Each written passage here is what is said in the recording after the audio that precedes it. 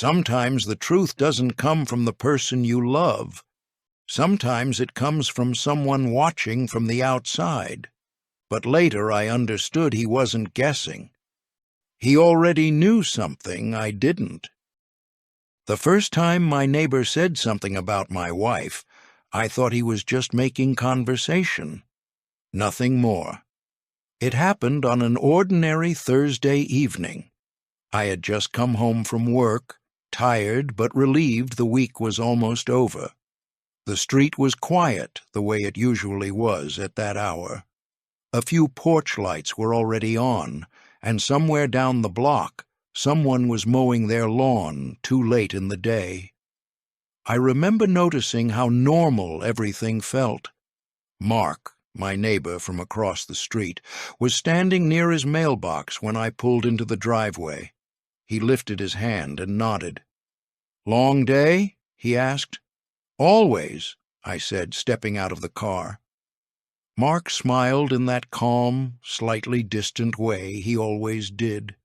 He wasn't the kind of neighbor who talked too much. We weren't close friends, but we had lived across from each other for almost 3 years. Long enough to exchange tools sometimes, long enough to help shovel each other's driveways in winter. Normal neighbor things, nothing unusual. Or at least that's what I thought back then. I walked toward the front door, but before I reached it, Mark said something that made me stop. "Your wife came home late again yesterday," he said. It wasn't what he said. It was how he said it. There was no accusation in his voice, no curiosity, just certainty. I turned back toward him. "Yeah," I answered. "Work's been busy for her lately." Mark nodded slowly. "I figured," he said. Then he looked away toward the street like the conversation was already over.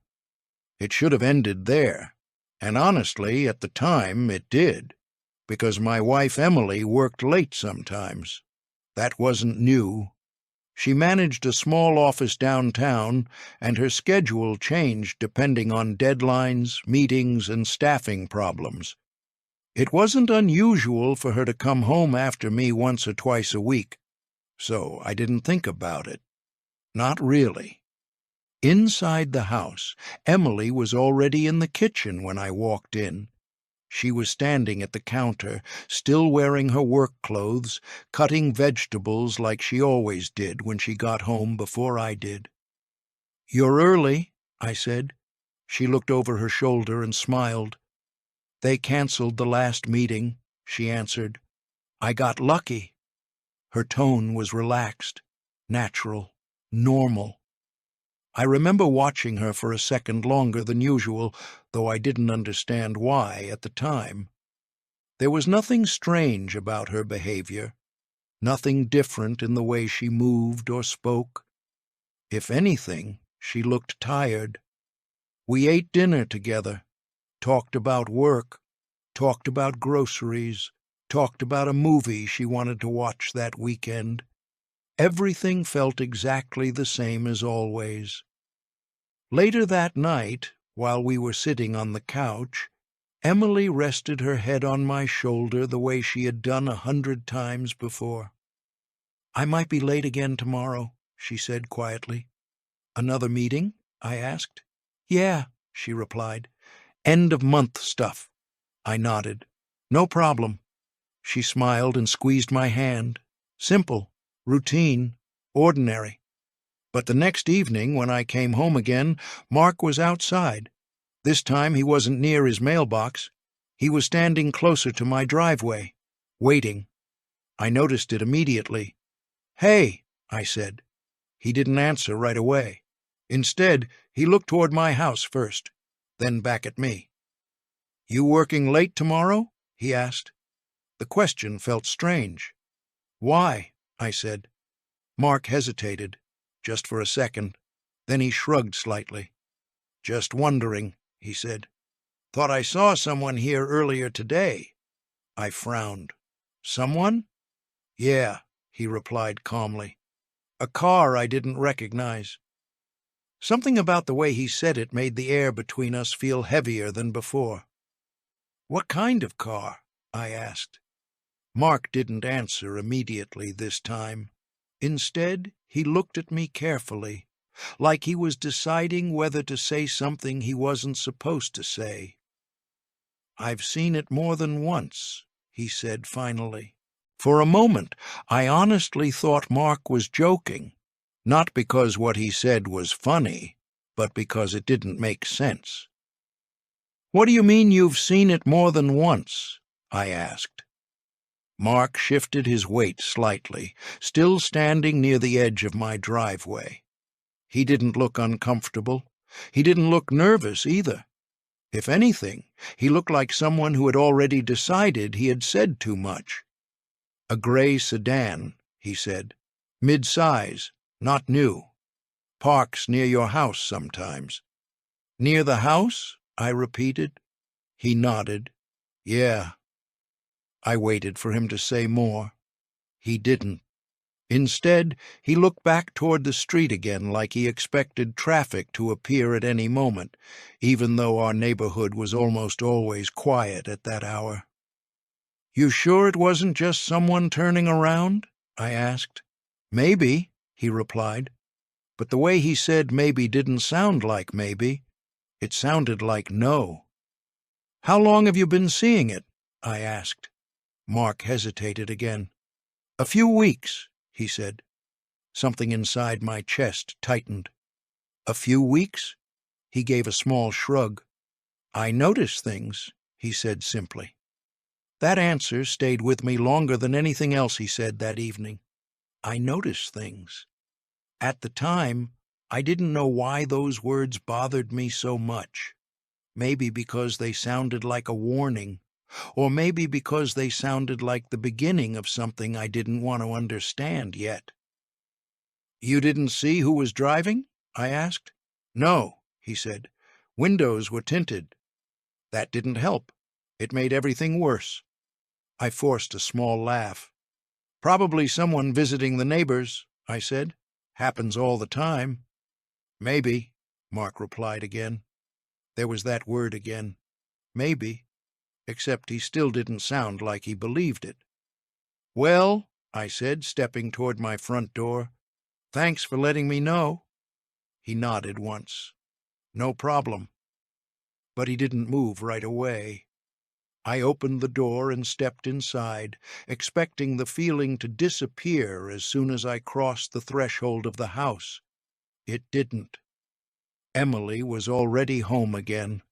Earlier than usual. She was sitting at the kitchen table this time, scrolling through her phone with a mug of tea in front of her. "You're home early again," I said. She looked up and smiled. "Lucky week," she answered. Same tone as yesterday, same calm voice, same normal expression. I hung my jacket near the door and walked into the kitchen slowly. "Everything okay?" she asked. "Yeah," I said. "Why?" "You look like something's on your mind."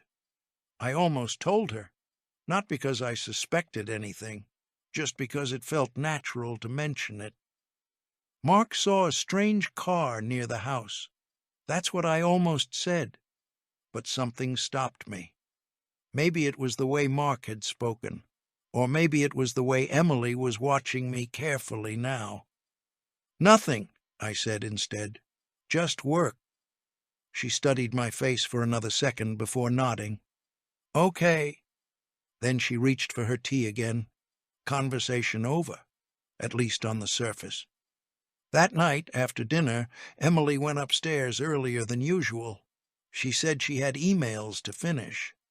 I stayed downstairs longer than I normally would, watching television without really watching it, listening to the quiet of the house, thinking about a gray sedan parked somewhere outside earlier that day, thinking about how Mark said he had seen it more than once, and most of all, thinking about why he had decided to tell me now. Around 10 o'clock, I stood up and walked toward the front window. I don't know why. Maybe I just wanted to prove to myself that nothing was there. The street looked exactly the same as always. Still, empty, normal. Except one thing caught my attention immediately. Mark's porch light was still on, and he was standing outside again, looking straight at my house. At first, I told myself it was a coincidence. Mark lived across the street. His porch faced my house. Of course he could be standing outside. Of course he could be looking in my direction. There was nothing strange about that. At least that's what I tried to believe. But the longer I stood near the window, the harder it became to ignore the feeling that he wasn't just outside enjoying the evening air. He was watching, not the street, not the houses around us. My house. I stepped back from the window slowly so he wouldn't see me standing there.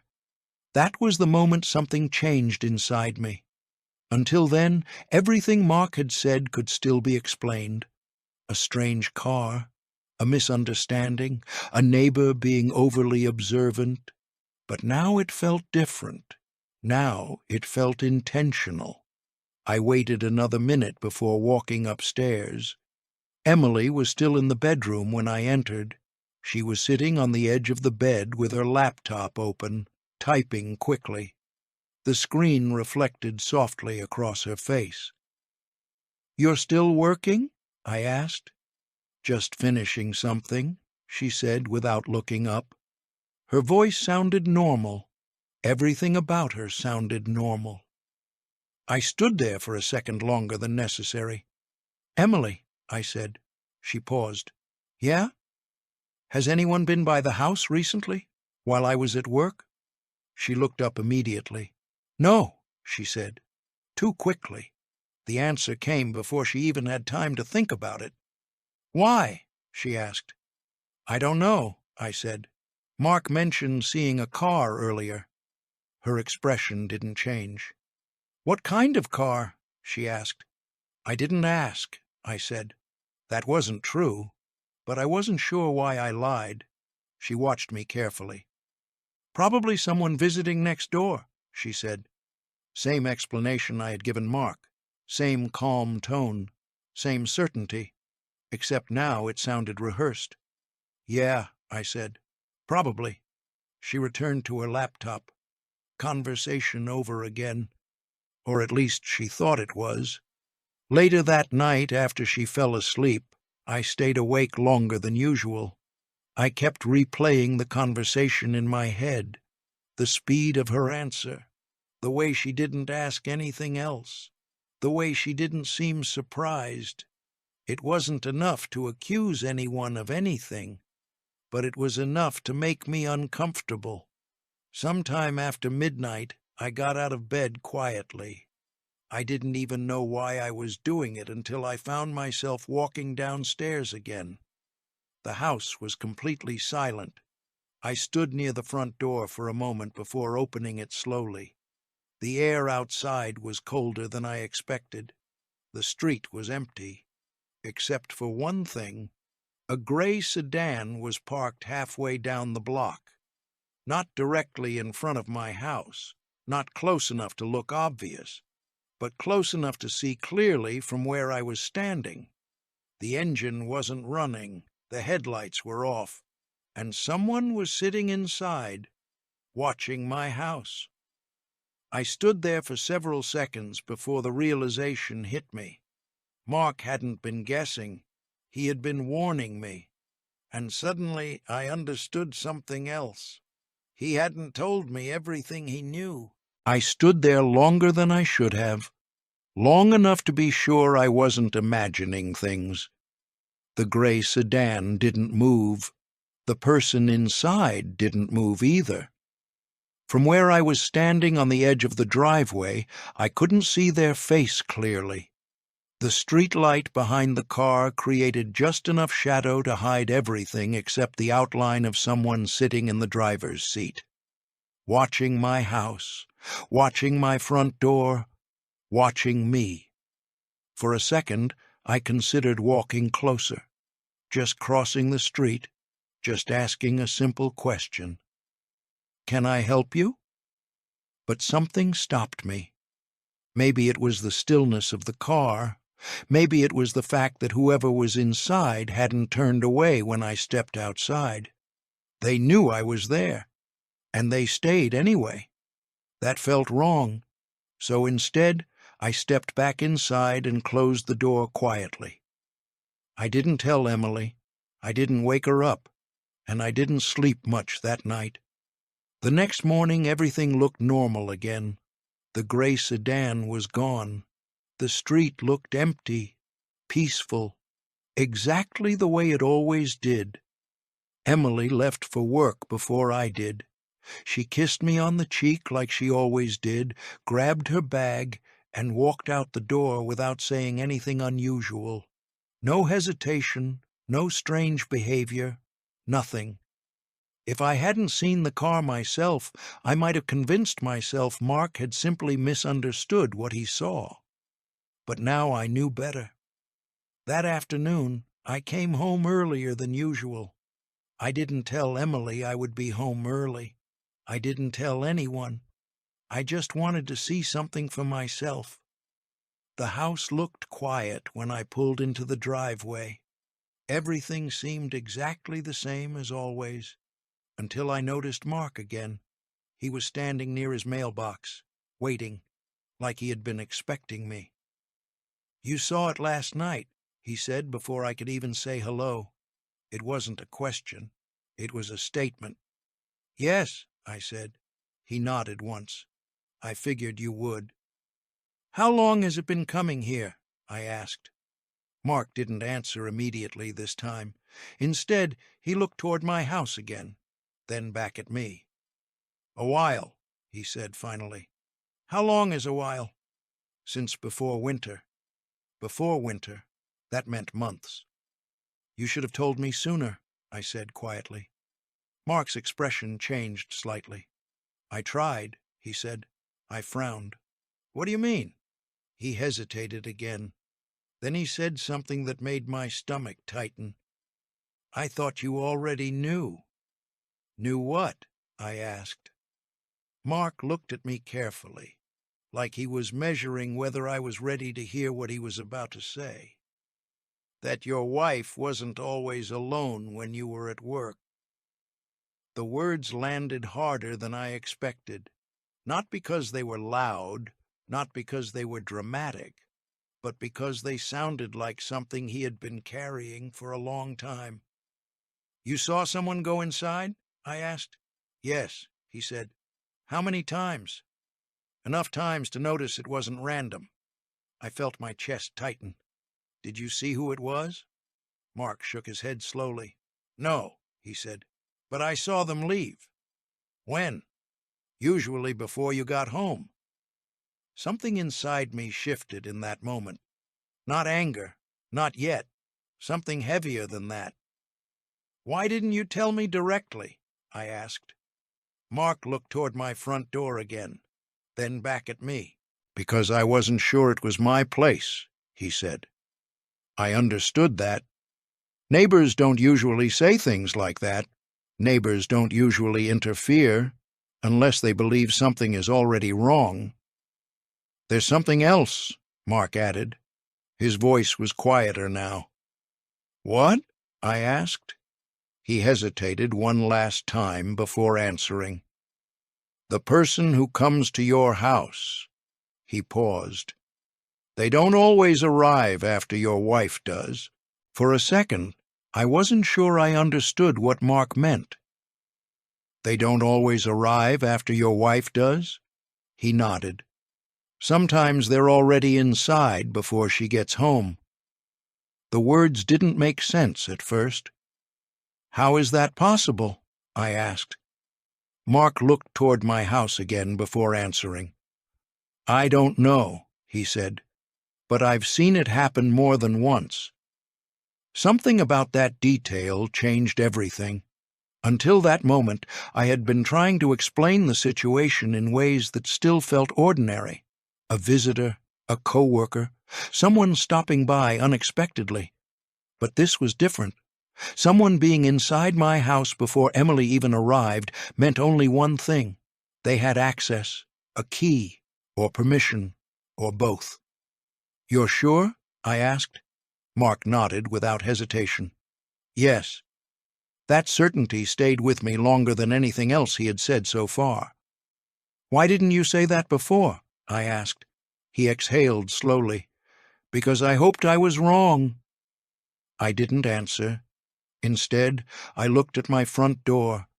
The same door I had walked through every day for years. The same house I thought I understood completely. Suddenly, it didn't feel like mine anymore. "Did you ever see the person clearly?" I asked. "No," Mark said.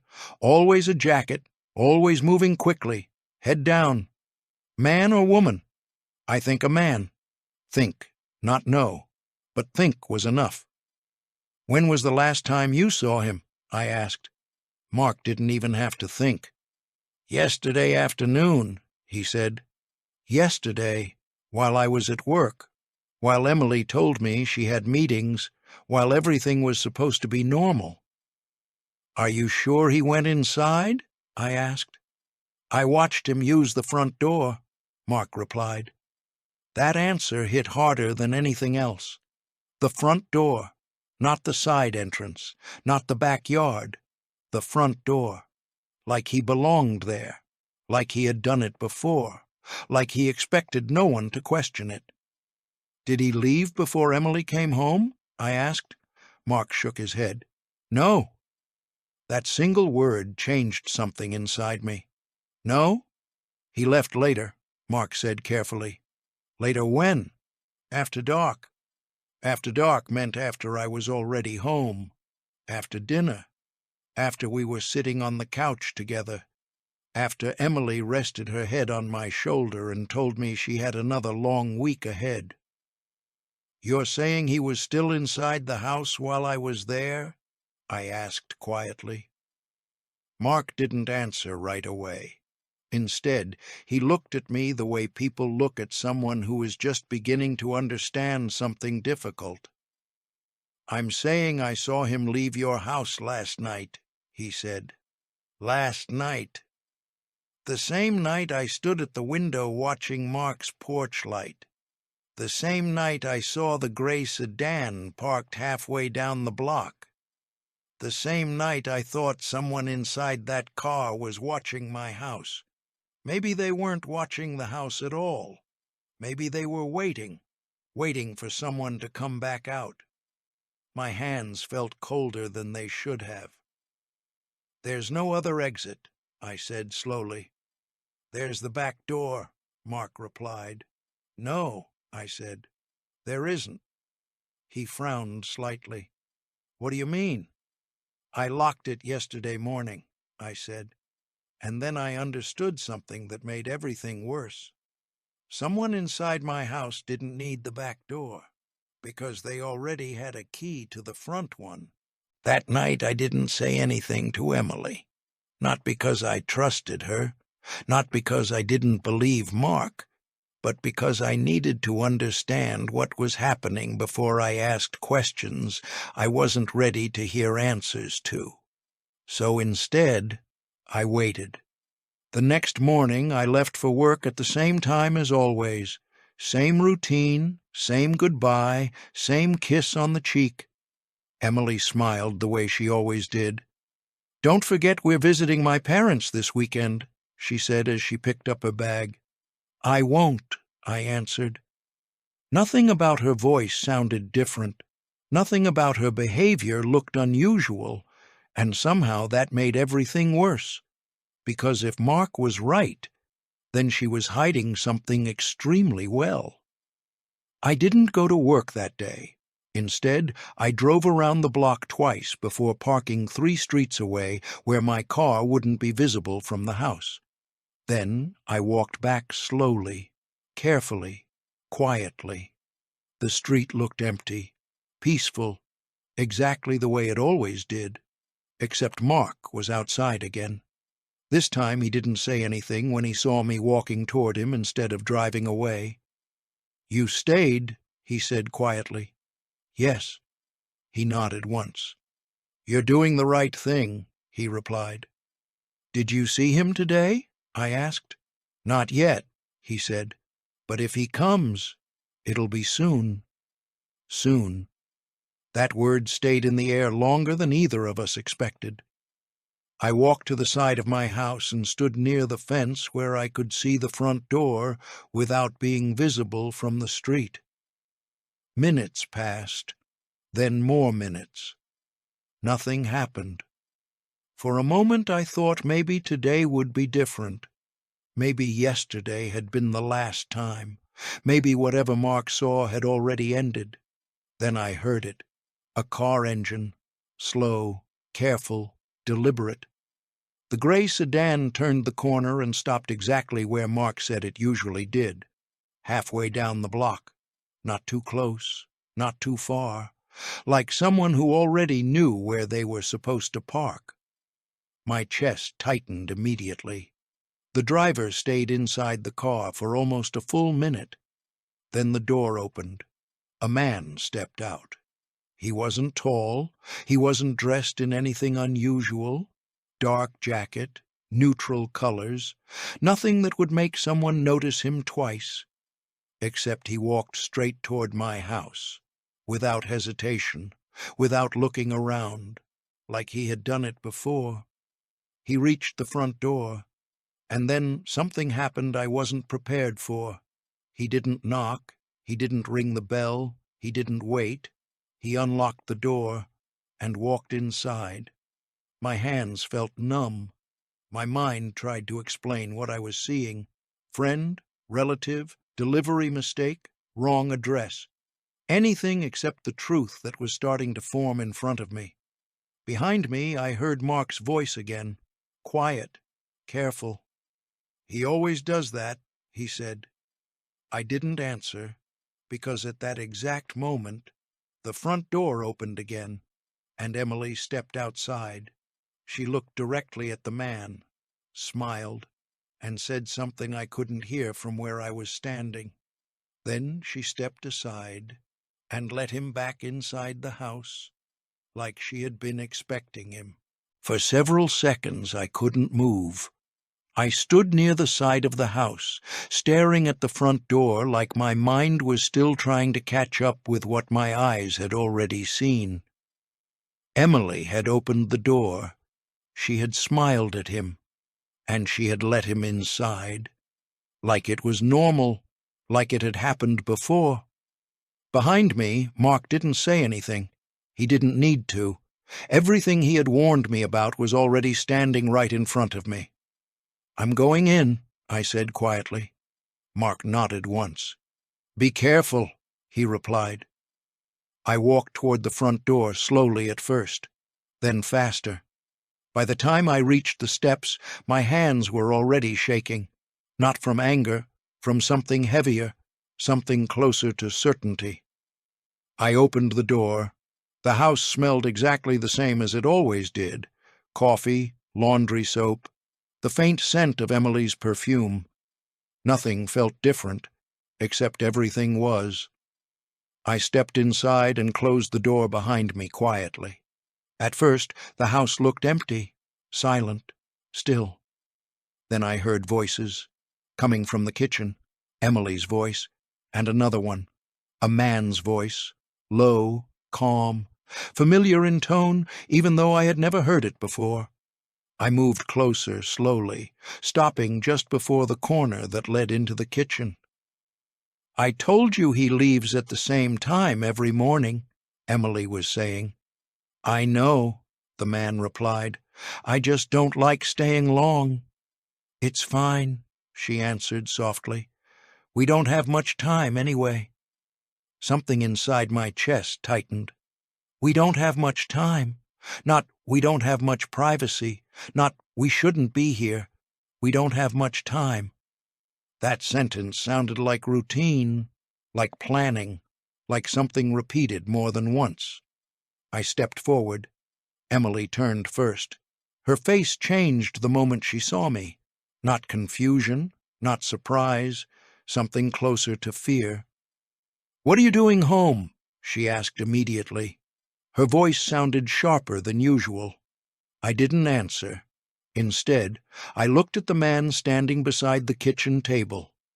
He was younger than I expected, early 30s maybe, dark jacket, same one Mark had described, same one I had seen from across the street, same one I had watched walk into my house just minutes earlier.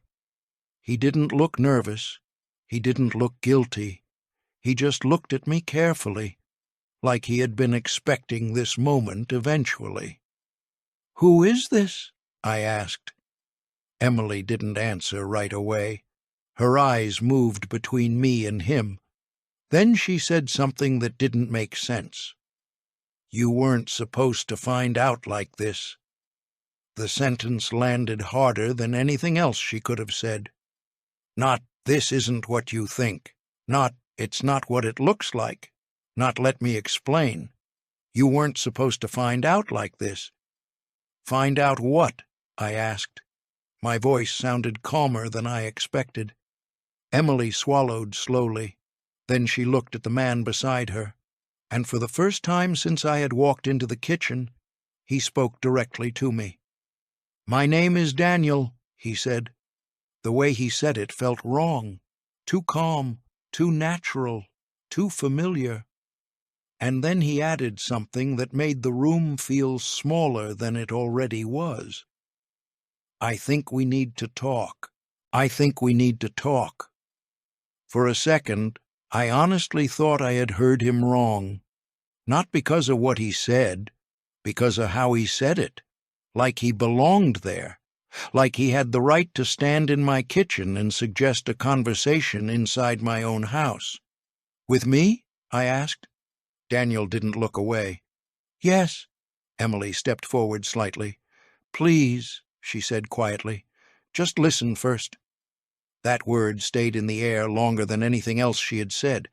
Listen, not wait, not leave, not let me explain. Listen. Like this conversation had already been planned in some way, like it had been waiting for the right moment. "What is he doing in our house?" I asked. Emily looked down for a second, then back at me. "He's not a stranger," she said. The sentence landed harder than I expected. "I can see that," I replied. "He has a key."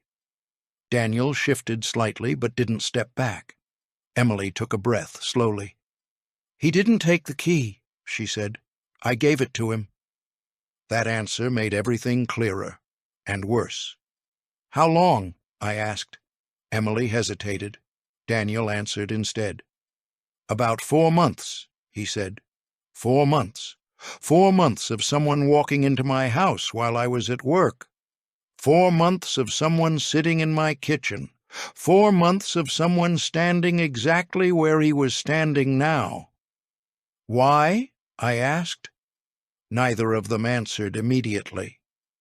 Emily looked at Daniel again, like she needed permission, like she wasn't sure where to begin. "You should tell him," Daniel said quietly. "Tell me what?" Emily's hands tightened slightly around the edge of the table. "I didn't know how to say it," she said. "Say what?" I repeated. She looked at me again. This time her voice was different, not defensive, not nervous, heavy. "Daniel isn't here because of what you think," she said.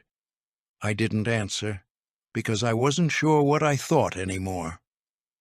"He's here because of something that happened before we met," she continued. "Before we met." The words slowed everything down. "What does that have to do with my house?" I asked. Emily took another breath. Then she said something I wasn't expecting at all. "He used to live here." I stared at her. "What?" "This was his house," she said quietly. The sentence didn't make sense at first. "What are you talking about?" I asked.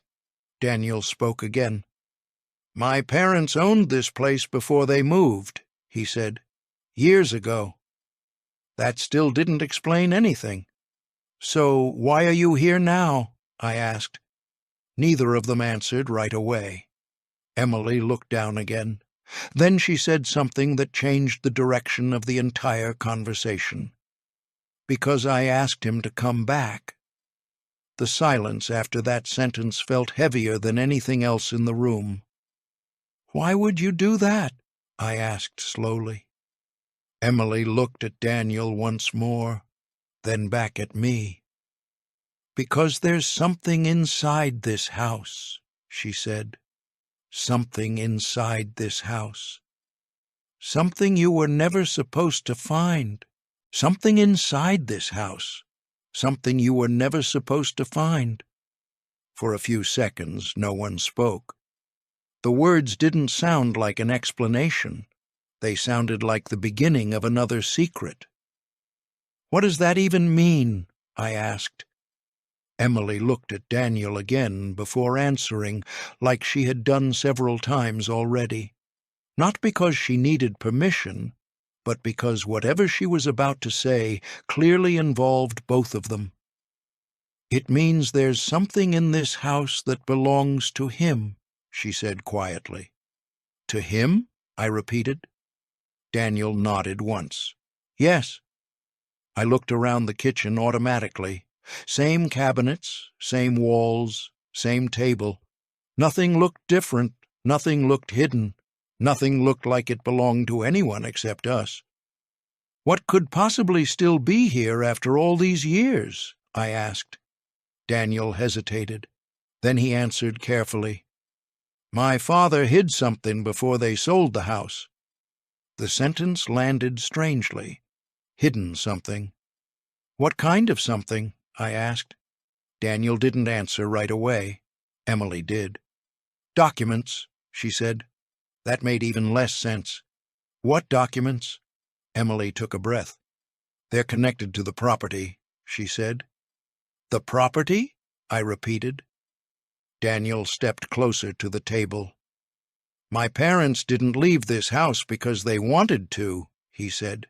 "They had to." That was the first sentence he had spoken that actually sounded personal.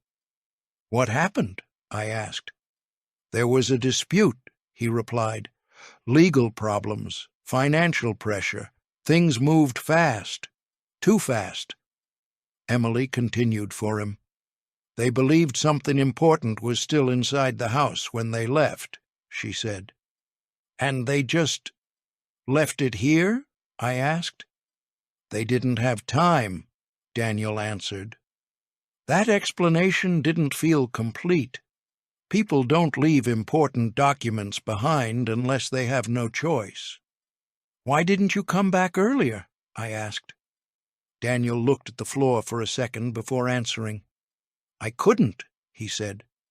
That answer was too short, too simple, too incomplete.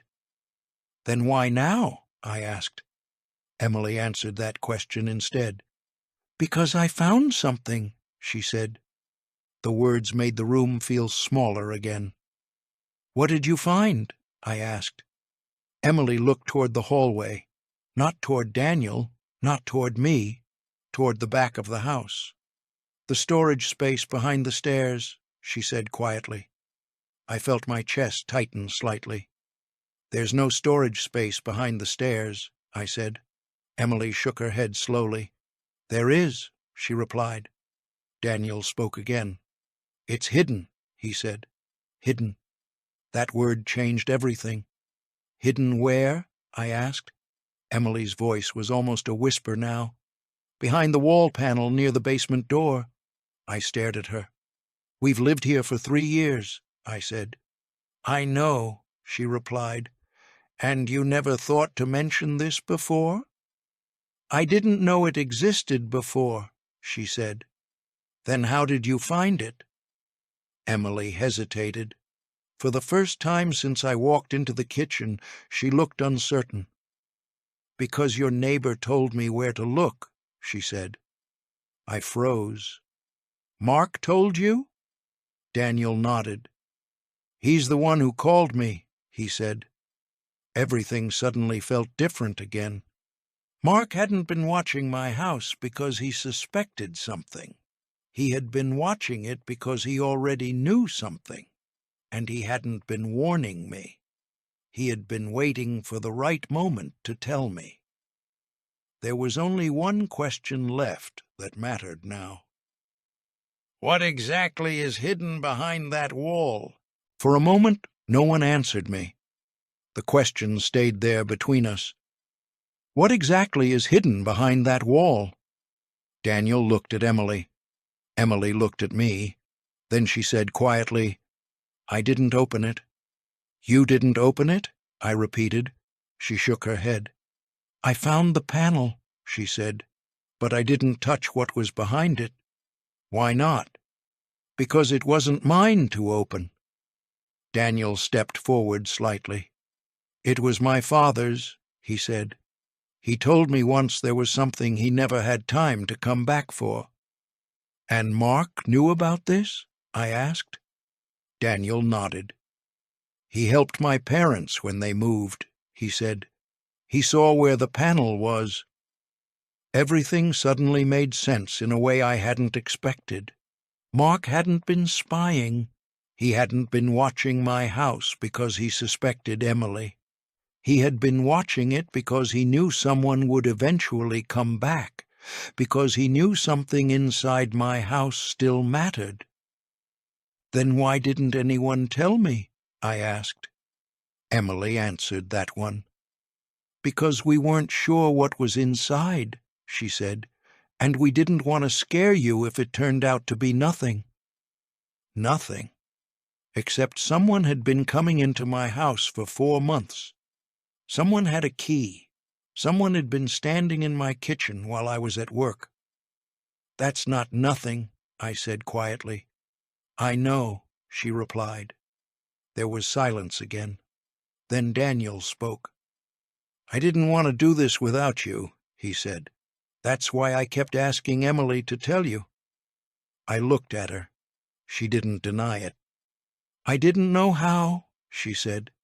That part I believed, because sometimes the truth isn't difficult to explain. It's difficult to start. "Show me," I said finally. Emily nodded. We walked together toward the hallway near the basement door. I had passed that wall hundreds of times, maybe thousands. I had never noticed anything unusual about it. But now that Emily stood beside it, I could see what she meant. The panel didn't match the rest of the wall exactly. Same color, same height, same shape, but slightly newer, like it had been replaced once.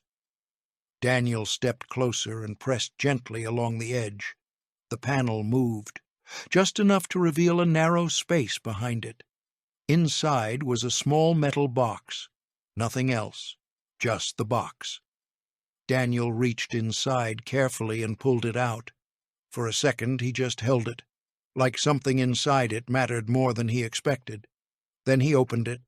Inside were papers, old ones, folded carefully, protected in plastic sleeves. "What is it?" I asked. Daniel looked through them slowly. Then he exhaled. "My parents never sold this house," he said. I stared at him. "What?" "They were forced to leave," he continued. "But legally, they never transferred ownership." Emily looked at him in confusion. "That's impossible," she said. Daniel shook his head. "It wasn't impossible," he replied. "It was hidden." He handed me one of the documents. I read it once, then again, and suddenly I understood why his father had hidden it, why Mark had been watching the house, why Daniel had come back. The house we had lived in for 3 years was never supposed to be sold at all. Daniel looked at me carefully. "I didn't come here to take anything from you," he said quietly. "I came here to find the truth." Emily reached for my hand slowly. "I should have told you sooner," she said. I looked at both of them, then at the box, then back at the wall where it had been hidden all this time. And for the first time since Mark spoke to me outside near the mailbox, everything finally made sense. Sometimes the truth doesn't come from the person you love. Sometimes it comes from someone watching from the outside.